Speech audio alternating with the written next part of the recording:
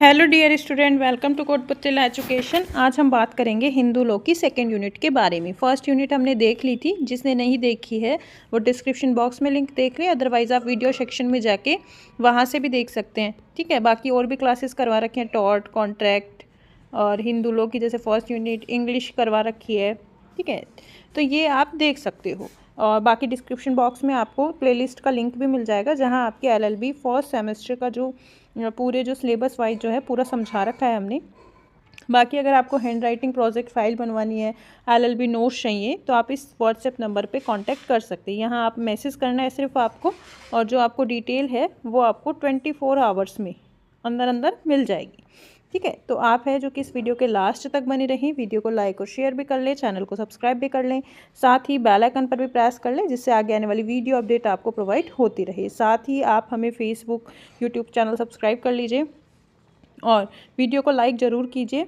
और साथ ही WhatsApp, Telegram group जो है ज्वाइन कर सकते हैं, और इंस्टाग्राम पे भी फॉलो कर सकते हैं। अगर आपको कोई क्वेरी रहती है तो वहाँ पूछ सकते हैं। तो चलिए अभी हम देखेंगे सेकेंड यूनिट को। अब देखो, सबसे पहले आपको करना क्या है। हिंदू मैरिज एक्ट है जो आपको इजीली गूगल पे अवेलेबल हो जाएगा। ठीक है, वो आपको डाउनलोड कर लेना है, हिंदू मैरिज एक्ट 1955, और जो आपकी सेकेंड यूनिट है। ठीक है, अब उसको जब आप डाउनलोड करोगे तो उसको पढ़ना है सबसे पहले आपको। जब आप उसको पढ़ लोगे ना, तो आपको इजीली समझ में आ जाएगा कि हिंदू लॉ है क्या। अभी तक हमने पढ़ा था हिंदू कौन है, किस तरीके से इनकी प्रोसेस होती है, और इनके लिए जो पर्सनल लॉ है वो बना रखा है हिंदू लॉ। अब देखो, इसमें कई सारे एक्ट्स हैं। तो सबसे पहले है हिंदू मैरिज एक्ट 1955। ठीक है, अब सबसे पहले आपको क्या याद करना है, जब आप उस मतलब एक्ट को डाउनलोड कर लोगे तो सबसे पहले आपको जो है याद करना है यहाँ पे कि हिंदू मैरिज एक्ट है जो कि कब बना। ठीक है, कब बना और कब से हमारे इंडिया पे अप्लाई हुआ, इस तरीके से ये डिटेल याद करनी है। उसके बाद कितने सेक्शन हैं, कितने चैप्टर हैं, ये याद करने हैं।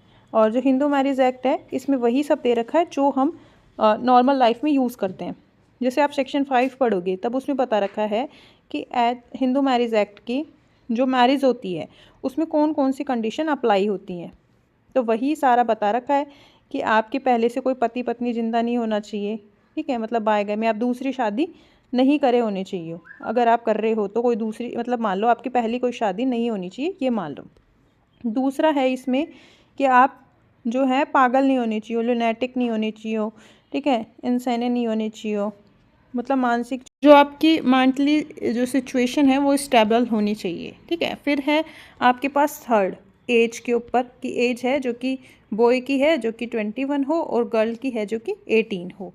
ठीक है, फिर 4 है कि आपकी जो यहाँ पे सेपिंड नहीं होनी चाहिए। ठीक है, और आपकी जो जैसे बोलते हैं ना हम कि पिंड में ना हो और प्रतिबद्धता ना हो, मतलब सेम ही कुल की ना हो, या फिर जैसे आप भाई बहन ना हो, उसके बारे में बात करते हैं, वो सब चीज़ें। तो यही चीज़ें हम जो है नॉर्मल लाइफ में भी फॉलो करते हैं। बस आप ध्यान रखना, हिंदू मैरिज एक्ट के सेक्शन 5 के अंदर 5 कंडीशन है। ठीक है, तो ये आपको ध्यान रखनी है। तो इस तरीके से आपकी बाकी चीज़ें भी हैं कि वही सप्तपदी है तो वो 7 में है कि 7 फेरों के साथ ही हमारा हिंदू विवाह जो है कंप्लीट होता है। तो वही सेक्शन 7 में बता रखा है कि 7 सप्तपदी होती है। 8 में है जो कि रजिस्ट्रेशन के बारे में बता रखा है। तो इस तरीके से ये सारी चीज़ें जो है हिंदू मैरिज एक्ट के अंदर बता रखी हैं। तो देखो, यहाँ हम पढ़ेंगे हिंदू मैरिज एक्ट के कुछ इम्पोर्टेंट जो सेक्शंस हैं उनके बारे में। तो बिल्कुल भी स्किप मत करना। सबसे फर्स्टली तो मैं आपको ये बोलूँगी, अगर आप स्किप करते हैं तो आप ये समझ लो कि आपको जो जर्नल डिटेल्स है जो आप एग्ज़ाम में लिखोगे वो आपको नहीं मिलेंगी। तो देखो, सबसे पहले आपको क्या याद करना है, इंट्रोडक्शन। ठीक है, आप गूगल पर डाल लो, अदरवाइज़ आप नोट्स भी ले सकते हो हमसे, तो वहाँ आपको सभी चीज़ें बता रखी हैं। ठीक है, इंट्रोडक्शन आपको देना है हर क्वेश्चन के अंदर। ठीक है, इंट्रोडक्शन देने के बाद आपका आता है कि आप जैसे मान लो कोई भी क्वेश्चन पूछा आपसे, ठीक है, तो उसके बारे में बताना है। तो ये हिंदू मैरिज एक्ट के कुछ सेक्शंस है। तो आपको मान लो इंट्रोडक्शन दे रहे हो ना आप, तो उसमें क्या लिखोगे कि कब बना ये, शोर्ट टाइटल एक्सटेंट। जो फर्स्ट सेक्शन है ना हिंदू मैरिज एक्ट का, वो अच्छे से याद कर लेना आप। अगर आप वो याद करते हो ना, तो आप ये समझ लो कि आपको बहुत सारी चीज़ों का पता लग गया। फिर एक है थर्ड सेक्शन, याद कर लेना। ठीक है, और एक सेकंड सेक्शन। ये तीनों सेक्शन हैं जो कि आपको याद करने हैं। अब उसके बाद आता है हिंदू मैरिज। अब सबसे मोस्ट इम्पोर्टेंट सेक्शन है ना कि अगर आप 5 सेक्शन याद करते हो तो ये समझ लेना आपके अगले 10 सेक्शन रेडी हो जाते हैं।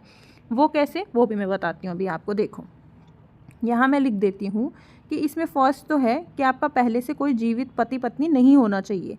ठीक है, मतलब यहाँ पे आपकी कोई दूसरी शादी नहीं होनी चाहिए। तो बायगैमी लिख लो, मोनोगैमी, दूसरा पति पत्नी जिंदा नहीं होना चाहिए। फिर उसके बाद है ल्यूनेटिक नहीं होना चाहिए, मतलब आप पागल नहीं होने चाहिए, जड़ ये नम नहीं होनी चाहिए। मेंटल स्टेबिलिटी अच्छी होनी चाहिए, एज का है, और फिर सेपेंट और प्रतिबद्धता। ठीक है, इनके बारे में बता रखा है। अब क्या है, यहाँ पे ये कंडीशन फॉलो होती है। अगर मान लो यहाँ पे आपके कोई दूसरे पति पत्नी जिंदा है जिससे आपने डिवोर्स लिया भी नहीं है, ठीक है, डिवोर्स भी नहीं लिया, तो क्या होगा, वो मैरिज कैसी होगी। ठीक है, तो देखो यहाँ पे वॉइड मैरिज और वॉइडेबल मैरिज का ऑप्शन आता है। अगर एज सही नहीं है तो वो क्या होगी, चाइल्ड मैरिज हो गई। ठीक है, अगर वो पागल है या फिर झूठ बोल के हमने फ्रॉड करके शादी की है तो वो क्या हो गई, वॉइड मैरिज हो गई। फिर एक होती है वॉइडेबल, शून्य करनी है, ठीक है, वो हो गई।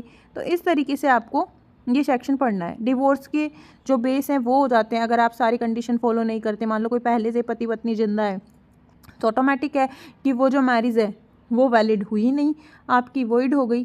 ठीक है, डिवोर्स के लिए क्या हुआ कि मान लो आप पागल हैं, ठीक है, ल्यूनेटिक हैं, इंसाने हैं, कुछ भी हैं, तो ये यहाँ डिवोर्स की जो है कंडीशन अप्लाई हो गई। तो इस तरीके से यहाँ क्या है, बहुत सारी चीज़ें जो हैं स्टार्ट हो जाती हैं जब आप कोई कंडीशन फॉलो नहीं करते हैं तो।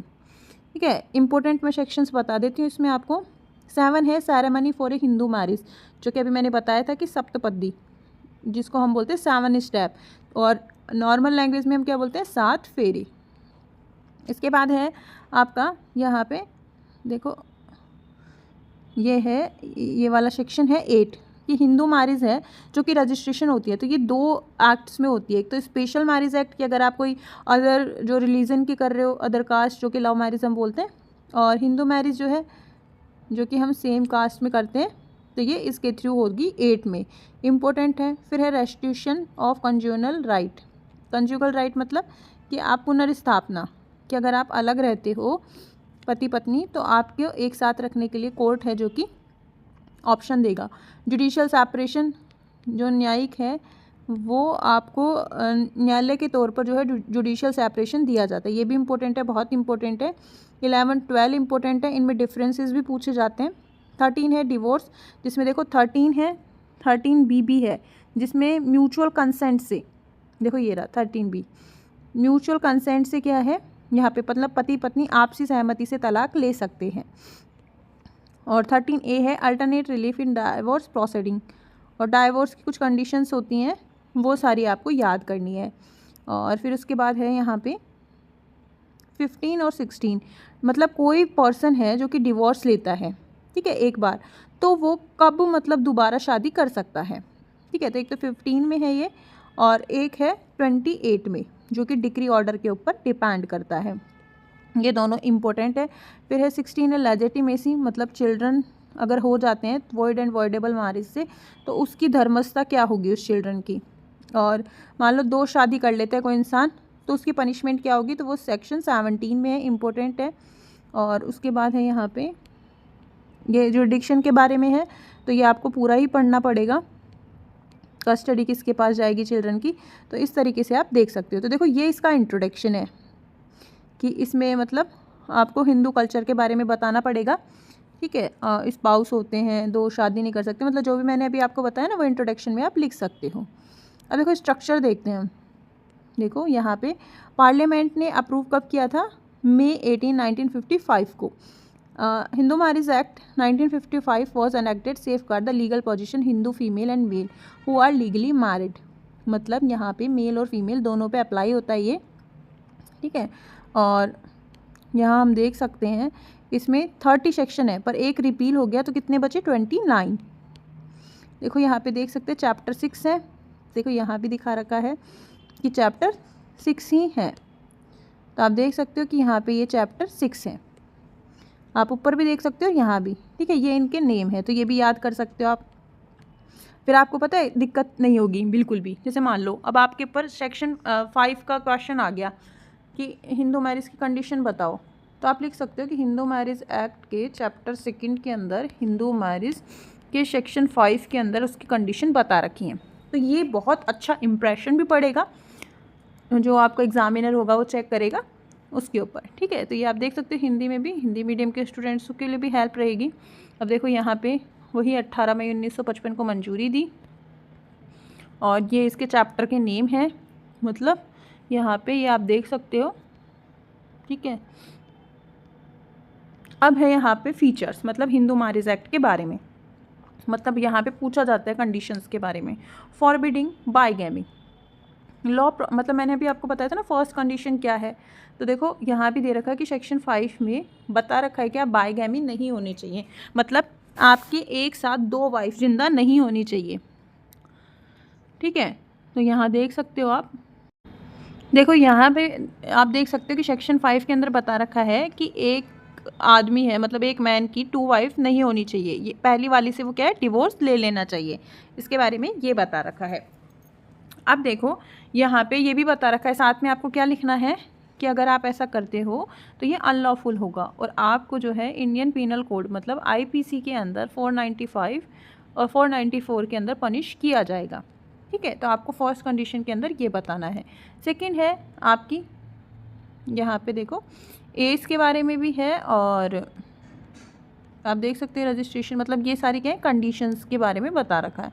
मैरिजेबल एज प्रेस्क्राइब, तो ये 5(3) के अंदर दे रखा है, कहाँ दे रखा है 5(3) के अंदर। सेकंड के अंदर क्या दे रखा है ये आप मुझे कमेंट करके बताएंगे, क्योंकि अभी मैंने जस्ट आपको ऊपर बताया था। मैरिजेबल एज प्रेस्क्राइब तो 5(3) में बता रखा है 21 ईयर और 18 ईयर होनी चाहिए। और 1955 में जो है प्रोटेक्ट द पार्टी मैरिज, जो कि कंज्यूअल राइट है, सेक्शन 9 में बता रखा है कि restriction conjugal right means right of party to cohabit. Conjugal right mean arising out of marital relationship, जो कि कहाँ बता रखा है सेक्शन 9 के अंदर, जो कि मैंने अभी जस्ट आपको ऊपर बताया था, जो 5 सेकेंड है, ठीक है। यहाँ बता रखा है कि mental stability of party getting married, मतलब यहाँ पे एक पर्सन वॉज मेंटली, या फिर आप मेंटली इल है, मतलब मेंटली स्टेबल नहीं है, तो उसमें ये बता रखा है, और फिर उसकी कंसेंट है वो भी उसी में ली गई है, तो वो लीगल कंसेंट भी नहीं मानी जाती इस तरीके से। उसके बाद है यहाँ पे significance of ceremony involve in marriage, मतलब यहाँ पे 2 people get married through customary ritual and right, they are legally married, मतलब आप अपनी कस्टम के अकॉर्डिंग जो कि मैरिज वगैरह करते हो ना, तो फिर वो क्या है लीगल मैरिज मानी जाएगी। और फादर की रेस्पॉन्सिबिलिटी होती है कि वो अपने चिल्ड्रंस को प्रोटेक्ट करे, ठीक है, ये लीगल राइट है। मैरिज का रजिस्ट्रेशन करवाना है कहाँ पे सेक्शन 8 में। जुडिशियल सेपरेशन वगैरह कहाँ है डिवोर्स सेक्शन 10 में, ठीक है, ये आप देख सकते हो। और सेक्शन 13 में डाइवोर्स के ग्राउंड्स हैं सारे, कि आप कोई एडल्ट्री करते हो, क्रूएल्टी करते हो, और डेजर्टेशन फॉर 2 और मोर ईयर, चेंज रिलीजन, मतलब आप कोई रिलीजन भी चेंज कर लेते हो ना तो भी डिवोर्स लेने का हक होता है। लुनेसी है, मतलब पागल है, कंसेंट ना दे पा रहा हो, तो ये क्या है डिवोर्स का सिस्टम है। मेंटेनेंस एंड एलिमनी, अगर आप कोई भी डिवोर्स होता है, ये स्पाउस है जो कि financial assistant like divorce file करता है जुडिशियल सेपरेशन, तो सेक्शन 24 के अंदर जुडिशियल ये देखो ये, और सेक्शन 25 के अंदर जो है फाइनेंशियल मेंटेनेंस के लिए होता है, और सेक्शन 125 CRPC का भी आप लिख सकते हो, ठीक है। तो ये आप हिंदू विवाह की आवश्यकताएं देख सकते हो कि द्वितीय विवाह पर रोक,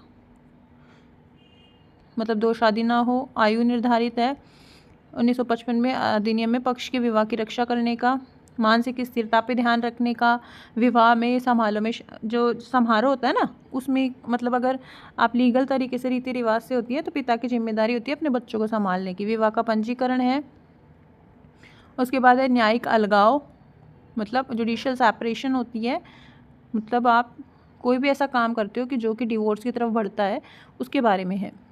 भरण पोषण और गुजारा भत्ता उसके बारे में। अब परिवर्तन के बारे में, जैसे हिंदू विवाह में धर्म कर्म पे कम ध्यान देना चाहिए, कम ध्यान देने लगे हैं, ठीक है, सहमति का परिणाम है, आप देख सकते हो, तो ये भी आप लिख सकते हो अपने एग्ज़ाम में। अब देखो कंटेंट कौन कौन से हैं, ये थोड़ा ब्लर है पर मैं आपको पढ़ के सुना देती हूँ। इंट्रोडक्शन है, मतलब आपको परिचय लिखना है।